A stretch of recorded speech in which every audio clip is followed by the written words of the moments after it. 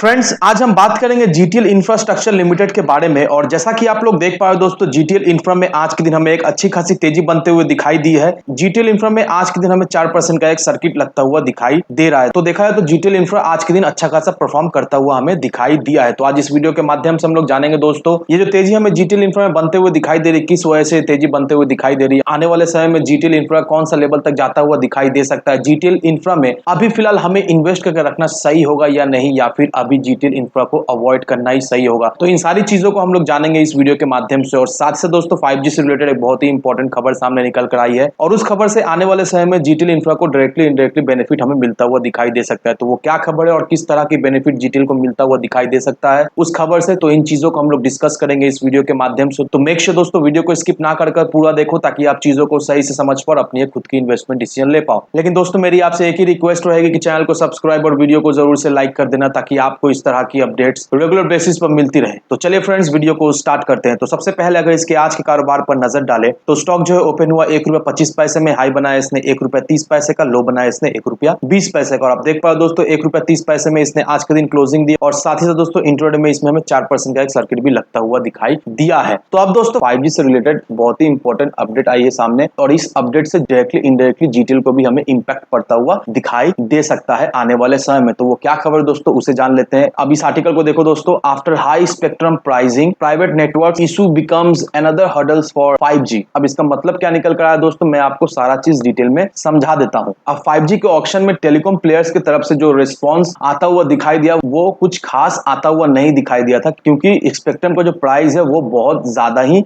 High रखा गया था। इस वजह से टेलीकॉम प्लेयर्स की तरफ से कोई भी अच्छा कुछ खास रिस्पॉन्स आता हुआ हमें नहीं दिखाई दिया। और अभी जो इशू आ रहा है वो इशू आ रहा है प्राइवेट नेटवर्क की तरफ से। अब ये क्या इशू है दोस्तों, डिटेल्स में हम लोग जान लेते हैं। अब दोस्तों टेलीकॉम इंडस्ट्रीज और टेक्नोलॉजीज कंपनी के बीच में अभी क्लैश चल रहा है 5G को लेकर, और इस वजह से 5G टेक्नोलॉजी को आने में अभी डिलेज पे डिलेज हमें दिखाई दे रहा है। अब इंडिया जो है वो बहुत ही हमें पीछे होते हुए दिखाई दे रहा है, अगर हम लोग बात करें 5G के टेस्ट के बारे में। और इस वजह से ऑक्शन प्रोसीड्यूर जो है वो भी उसमें भी हमें डिलेज होता हुआ दिखाई दे रहा है। अब टेलीकॉम प्लेयर्स और cellular operators association of India, जिसे हम लोग COAI के नाम से भी जानते हैं, इन दोनों के बीच में अभी फाइटिंग चल रही है। इन दोनों के बीच में जो है वो अभी लफड़ा चल रहा है। वो क्या लफड़ा चल रहा है दोस्तों, अब टेलीकॉम प्लेयर्स ने ये कहा है कि अगर सरकार जो है वो प्राइवेट एंटिटीज को 5G स्पेक्ट्रम जो है वो ऑक्शन करती है, तो वो लोग बिजनेस जो है वो नहीं करेंगे। और दूसरी तरफ ब्रॉडबैंड इंडिया फोरम, जो कि टेक्नोलॉजी कंपनी को रिप्रेजेंट करती है, उनका ये मानना है कि अगर सरकार प्राइवेट इंटरप्राइज को जो है वो स्पेक्ट्रम जो है वो एलोकेट कर देती है, उससे क्या होगा, उससे सरकार का रेवेन्यू में अच्छा खासा बूस्ट आएगा, और आने वाले समय में उनको कोई भी सिक्योरिटी से रिलेटेड जो है वो इशू आता हुआ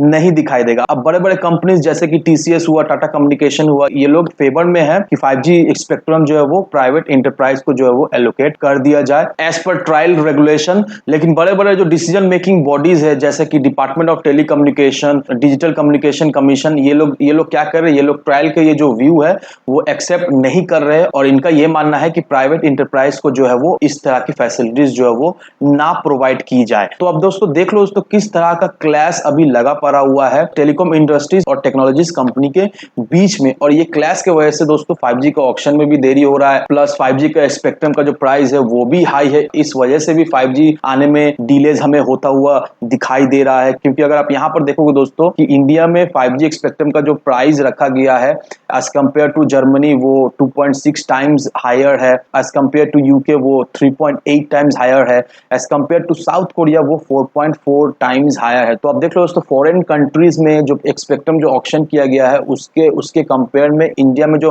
5G स्पेक्ट्रम ऑक्शन होता हुआ हमें दिखाई दे रहा है, उसका प्राइस में हमें बहुत ज्यादा डिफरेंस होता हुआ दिखाई दे रहा है। और रिसेंटली गवर्नमेंट ने भी क्लोज टू 35% के करीब जो प्राइस है वो कमाया था, लेकिन 35% के करीब प्राइस को ड्रॉप करने के बावजूद भी टेलीकॉम कंपनीज को अभी भी लगता है कि स्पेक्ट्रम का प्राइस जो है वो बहुत ज्यादा ही हाई रखा गया है इंडिया में। और इस वजह से दोस्तों 5G टेक्नोलॉजी आने में इंडिया में डिलेज पे डिलेज हुआ जा रहा है, क्योंकि अभी भी टेलीकॉम कंपनीज और सरकार के बीच में कुछ सेटलमेंट ठीक से नहीं हो रहा है, मिसकम्युनिकेशन भी काफी ज्यादा है, और अभी टेलीकॉम इंडस्ट्रीज और टेक्नोलॉजी कंपनी के बीच में भी क्लैश हमें होता हुआ दिखाई दे। तो ऑल ओवर ये सारे फैक्टर्स के वजह से दोस्तों 5G आने में हमें डिले होता हुआ दिखाई दे रहा। और दोस्तों ये बात आप जान के रखो कि जब तक ये सब मामला सुलझ नहीं जाता है, 5G रोल आउट होना शुरू नहीं होता है दोस्तों, तब तक आप जीटीएल में अगर दूरी बनाए रखें तो ही अच्छा है, क्योंकि आप लोग सभी अच्छी तरीके से जानते हैं कि जीटीएल का बैलेंस शीट पूरा हिला पड़ा हुआ है। जीटीएल फाइनेंशियली पूरा वीक कंपनी है, लेकिन आप ये भी बात जानते हैं कि ऑलमोस्ट सारे टेलीकॉम कंपनीज के साथ जो है वो जीटीएल टाई अप में है। जीटीएल सारे टेलीकॉम कंपनीज को जो टावर्स प्रोवाइड करती है, बहुत सारे सर्विसेज भी देती है। तो अभी जिस पोजीशन में जीटीएल खड़ा है, उस सिचुएशन से जीटीएल तभी बाहर होगा जब 5G रोल आउट होना शुरू हो जाएगा, जब 5G धीरे धीरे करके इंडिया में यूज होना शुरू हो जाएगा, तभी जाकर जीटीएल हमें सुधरता हुआ दिखाई देगा। लेकिन जब तक ऐसा नहीं होता है दोस्तों, जीटीएल बहुत ही रिस्की स्टॉक रहने वाला है। तो अगर आप सोच रहे हो जीटीएल में इन्वेस्ट करने का दोस्तों, तो मेक श्योर दोस्तों आप उतना ही पैसा इन्वेस्ट करें जितना अगर आपको लॉस हो जाए